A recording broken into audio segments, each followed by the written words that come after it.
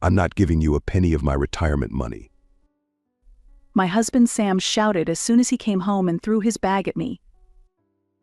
It was a shock to me as I greeted my husband Sam with a smile on my face as he had finally returned home after many years of working alone as he reached retirement age. Divorce. Divorce now. Divorce.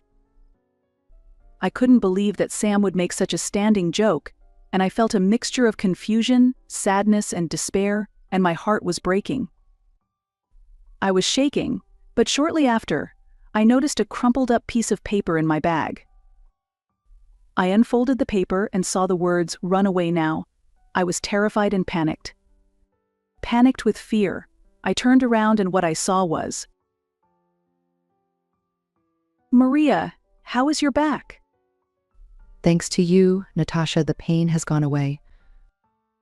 The same usual chat about nothing else. I, Natasha Smith, live with my husband Sam, but I am the only one who is actually at home, as Sam is traveling around the country on his own. Because Sam's mother, Maria, needs nursing care, I spend more time at Maria's house, a 10-minute walk away, than alone in our home. Olivia is Sam's sister, also lives at Maria's house, but Olivia seems to be busy, so I basically take care of Maria. By the way, I wonder when Sam will come back.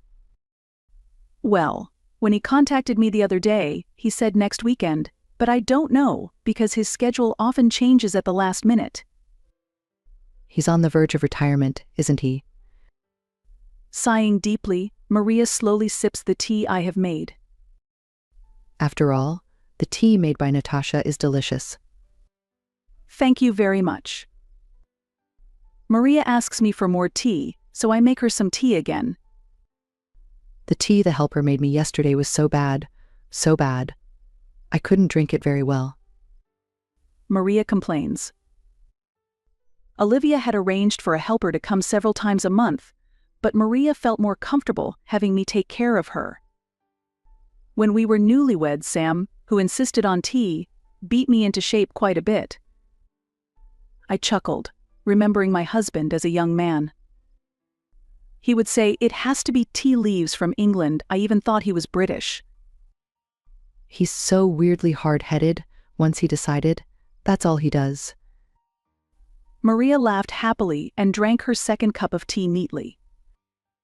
I am troubled when asked if I am satisfied with my current life, but I do not feel bad because Maria has always been grateful to me to the point of overreacting. I cooked dinner, helped her bathe, and cleaned up as usual, and finally massaged her back before returning home.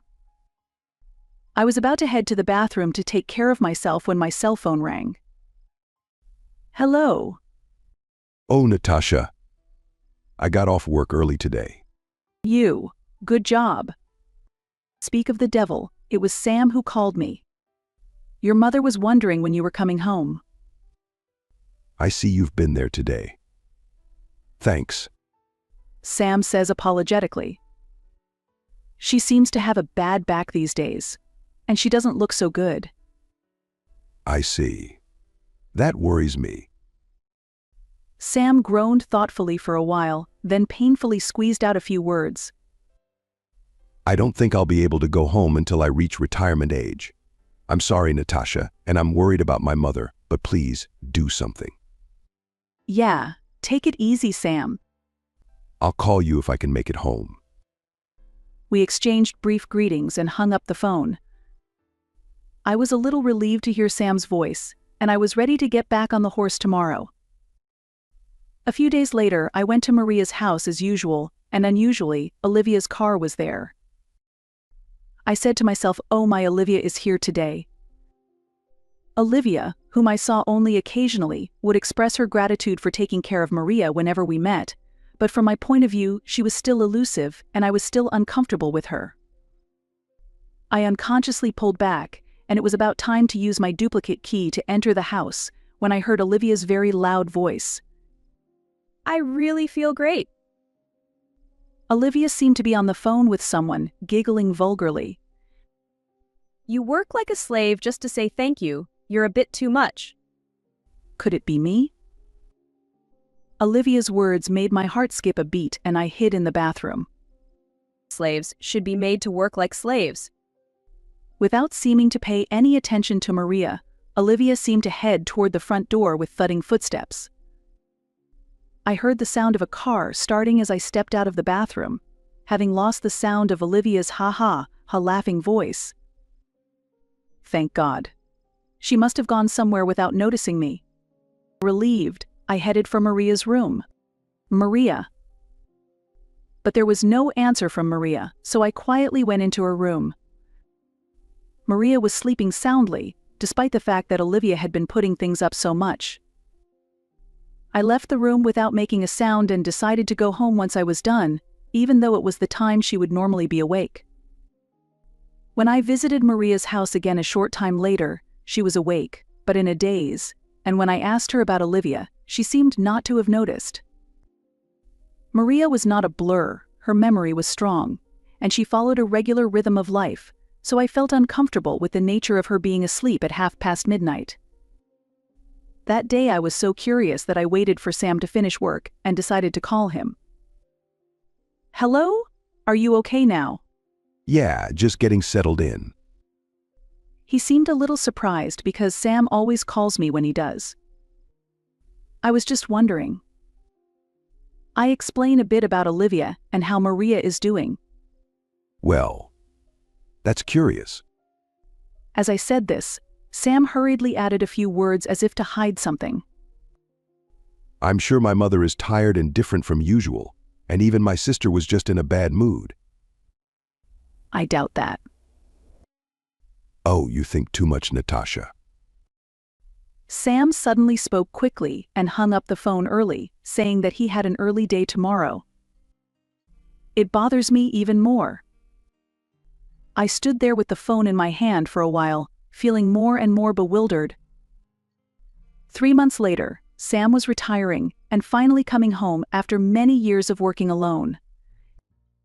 Maria and I had agreed that we would all celebrate his retirement together at her house, so we had been preparing for it since noon. Sam had called me yesterday to tell me that he would be home at night, and just after dusk, I heard the front door, which had been locked, being rattled. Could it be Sam? I went to the front door, my face breaking into a smile as my anticipation grew. You're early. I greeted him with a big smile, but to my surprise, Sam threw the bag in his hand at me and shouted louder than I had ever heard him shout. I'm not giving you $1 of my severance pay. What's going on all of a sudden? Confused by the suddenness of the situation, I almost dropped the bag, but I grabbed it quickly and the contents flew out of the bag on the spur of the moment. Divorce. Divorce me now. Sam stares into my eyes with an urgent expression, as if appealing to me. Divorce. I almost stopped thinking as my legs trembled with the look on Sam's face, a look I had never seen before, and a turn of events I had never imagined. I was almost lost in thought. I didn't think Sam would make such a bad joke, and my heart was bursting with a mixture of confusion, sadness, and despair. As if to push me over the edge, Sam came at me with such heat that I thought he was going to spit fire from his mouth. As I was too overcome to move, Olivia appeared from behind Sam. Hey Sam, it's not polite to tell Mrs. Natasha that you're suddenly divorcing her. Sam didn't listen to Olivia's words, it's a divorce. He is just screaming, divorce. You're a total handful, little brother. Ms. Natasha, I'm going to calm you down and see what you have to say. Can you wait? Olivia grabbed Sam by the wrist and pulled him into the study in the back. I followed their backs with my eyes stunned. What do you mean? I looked down, completely unable to make sense of the situation, when I noticed a crumpled piece of paper among the items that had just popped out of my bag. I was curious to know why Sam, with his precious face, would be carrying around a crumpled piece of paper in his bag. I was curious, so I managed to unfold the crumpled piece of paper with a shaky hand. Oh! There, in Sam's scrawled handwriting, was a note that read, "Run away right now." Sam's scrawled words on the paper. Where did he say run away? Where did he say I should run to? From who? Panicked, I subconsciously scurried around, looking for Sam. Just as I turned my back, the door to the study opened with a start, and Olivia was about to jump on me. Give them back. They're all mine. Olivia rushed at me with her hair shaking and a devilish look on her face. Run away. Natasha, please. Sam desperately restrained the flailing Olivia from behind and shouted at me. You, nail me. I was so terrified that I was almost tangled up in my own head, and I moved my legs to the doorway. It's not Natasha's fault. Sam and Olivia are arguing loudly. Olivia is Olivia, yelling at me, thief and so on, yelling at me, but I pretend not to hear them and move my feet madly. I have never felt such a long way from the front door, I thought to myself, as if it were someone else's problem. I turned my head one last time, and what caught my eye was Maria looking blankly behind me at the two of them, the raging Olivia and Sam, who were trying to stop them. In the end, Sam never returned to our home after that. The day ended with me mulling things over in my coherent head. The next day, I calmly reflected on yesterday's events. What was that all about? I was desperate, and I said, "Run away now" had returned with a piece of paper with the words "run now" written on it, and I carefully stretched out the wrinkles that had been soggy. I wanted to think it was a dream, but this paper was the immovable proof that it was real. Does this mean I should divorce Sam? I've been working alone for many years and have rarely had a chance to see him in person, and the last time he called me, he was very curt. I had not thought that we would fall into one of those mature divorce scenarios that we see on TV these days, and I was starting to feel even more depressed. I don't feel like doing anything. I abandoned even thinking about it and looked up at the ceiling in a daze. Then, at the perfect moment, I received a call on my cell phone. Hello? Hello, Natasha. Can you come over to my house now? What? Yeah. We'll all be waiting in the living room. The phone was hung up. I hurried to Maria's house, wondering if my bad premonition had been confirmed by Sam's voice so dark that I thought he was a different person. Excuse me. Normally, Maria's house is easy to enter, but today, I felt as if I had entered the entrance to a labyrinth. When I entered the living room, Sam and Olivia were already sitting side by side, so I sat down reservedly next to Maria. Natasha, I'm sorry I got you involved in our mess. Sam's words came as a surprise to me, as I had been prepared to talk about divorce. That's okay, more importantly. What the hell happened? Sam had a hard but calm expression on her face, while Olivia kept glaring at me with a criminal stare. You. Sam took a deep breath and slowly opened her mouth. Actually, it looks like my sister was trying to steal my severance package. What? Sam's unexpected comment made me look at Olivia, who promptly bristled. Don't talk to me like that. I'm not just asking you to pay back Mom's pension with that retirement money. No, you're wrong, sister. How could that be? I couldn't see the conversation at all, and just looked at their faces alternately. No, it's not my fault. Natasha, you've been coming into our house while I'm gone and stealing your mother's pension, haven't you? What? I would never do such a thing. I hastily deny Olivia's startling statement. I've told you before, Natasha is not the kind of person who would do something like that. Only these innocent-looking women have a dark side. You're being deceived. Olivia said without any apology. Natasha has been taking care of your mother for years, sacrificing her time and devoting herself to her. Sam tried to convince Olivia to speak up, but Olivia ignored Sam's words. And what's more, your mother's pension is actually gone. Even the pension that she kept at the altar, isn't it? Olivia said triumphantly, and Sam and I looked at Maria at once. Well, yeah, I couldn't go to the bank, so I put it all away. Puzzled, Maria revealed that she had put the money away. Look, it's definitely Natasha. I'm not even here anyway, and you can at least steal your mother's eyes easily. Maria raised her eyebrows at Olivia, who was rude even to her own mother. You, who don't do any work and only let Natasha take care of the house, where in the world are you going? Olivia's smile faded from her face, and she began to mumble a few unspoken words. I'm looking for a job. Completely weak-kneed, Olivia seemed to be desperately searching for some excuse. It's no use lying to me. Even the day before yesterday, I got a call from a neighbor asking me if Olivia was okay, even though she was into slingshots. Maria stared at Olivia with strong eyes. What? You're looking at that wrong, aren't you? Olivia is getting restless and shaking her head violently and poorly. Come to think of it, your sister has always been a gambler. I'm sure I've warned you about it a lot since I was at my parents' house. Shut up. I don't deserve to be blamed for just going to a slingshot once or twice. Finally, perhaps unable to take it any longer, Olivia stands up and shakes her fist.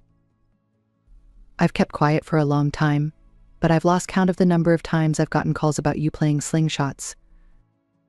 Then why didn't you just shut up and let me overlook it? With a screeching sound, Olivia started banging out the desk. Natasha is doing her best to take care of me, and I'm not going to overlook you playing around. It's all your fault. Staring at me with a snarl, Olivia tightened her right fist. I was so impressed by Olivia's impressive power that I could barely keep my mouth from flapping like a pathetic goldfish. As my own daughter, I'm pathetic. Where did I go wrong in raising her? Huh? Don't be silly. Who do you believe, me, the family of this house, or this woman? Olivia is punching the desk with such force that she is about to break it. Of course I'm going to believe the one who gave me a sincere effort. Maria's words, which did not move at all, even when I saw a distraught Olivia, instantly blew away my fears. I thought my sister had her own circumstances, so I came to talk to her, but I was disappointed. I am so sorry, Natasha. What? Are you saying I'm the bad guy? Maria put her hands on Olivia, who still did not give up. By the way, Olivia, you said earlier that you have my pension saved in the altar. How did you know? What? Because you're said. Oh wait, shit. Seemingly unable to come up with even an excuse. I don't remember telling Olivia where I put my pension. You're old. You must have forgotten. Olivia said bitterly, but it was clear from the light of day that this was impossible. And I used to get unusually sleepy when I drank the water Olivia would sometimes pour for me. Maria's remark rang a bell with me, so I told her about the incident we had run into earlier when Olivia had come home. Sleeping pills. Gulping down her anger, Sam turned to Olivia. I knew it. I knew it. I knew there was something wrong with you because you always do nothing about me, but you always fill my water. Maria pointed out, and Olivia was at a loss for words. You're such a cold family. Have you no love for me? Olivia, who should have lost her escape, still refused to back down. I have no sympathy for you, taking people's money, leaving your mother to take care of others, and playing around. After stating it crisply, Maria continued to speak. You should be thankful that I didn't tell the police that you stole my pension and used it. That's how I'm going to get out of your hair. Hearing this, Olivia snarled like an animal and sat down in her chair without effort. I have to admit. Olivia hung her head and began to blurt out a few words. How she had never married or worked, how she had taken advantage of Maria and enjoyed her freedom. She talked about how she had hit the jackpot at a pachinko game, and how she had gone in every day hoping to hit it again, and about her favorite host. I honestly enjoyed taking care of the house. Natasha seemed happy to do it, and I didn't have to do it. It turns out that I was, after all, the slave or whatever she was talking about on the phone earlier. But I kept losing money at Slingshot. I didn't have any money, and I knew that my mother didn't like banks, so I would sneak her sleeping pills and scavenge for money. The three of them looked at each other as Naoko spoke so selfishly. I don't want to work like this. I want to live a free life, living off parents. Olivia, I have spoiled you too much up to now. Maria held her head in her hands as if to say, "It's my fault." In the end, after a discussion, Olivia moved out of her parents' house, and my husband and I moved in with her. Natasha, I am so sorry about all this. The move was completed quickly, and Maria bowed deeply to me at the right moment when she had settled down. I'll go into an institution if you don't bother me anymore. Maria says bitterly with an expression of mixed feelings of loneliness and guilt. Oh no, please don't apologize. My parents have already passed away, and I think of you, mother-in-law, as if she were my own mother. Natasha. So I am looking forward to living with your mother-in-law. Please let me continue to take care of her. Thank you. Thank you so much. Maria was delighted, with big tears streaming from both her eyes. Sam is also shedding tears next to her. Actually, I still have some more things I want to try. Natasha, will you and Sam help me too? Maria changed from her earlier tears and asked with a mischievous smile, as if she were a child begging for help. Of course. Oh, with pleasure. The three of them laughed and began talking about what Maria wanted to do. Over the next few years, Sam's retirement money was used to fulfill Maria's wishes one by one. They spent the next few years fulfilling Maria's wishes with Sam's retirement money, going on trips, trying their hand at ceramics, and taking good pictures of themselves as young people. But the good times were short-lived, and Maria passed away with a happy smile on her face. Maria. Sam gently patted my shoulder as I mumbled, unable to contain my sadness. We should at least invite your sister to the funeral. Sam seemed to be trying to make amends by having Olivia say goodbye to me.